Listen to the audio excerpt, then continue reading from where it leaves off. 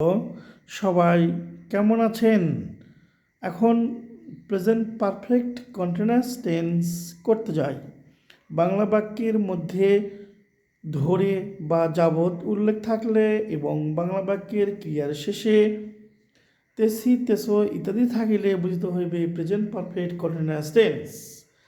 Negative sentence আকারে করতে গেলে ইংরেজিতে গঠন প্রণালী হইবে subject plus auxiliary verb have been not oblique has been not plus মূল ভার্বের সহিত আইএনজি যোগ plus since oblique for plus extension বসিবে।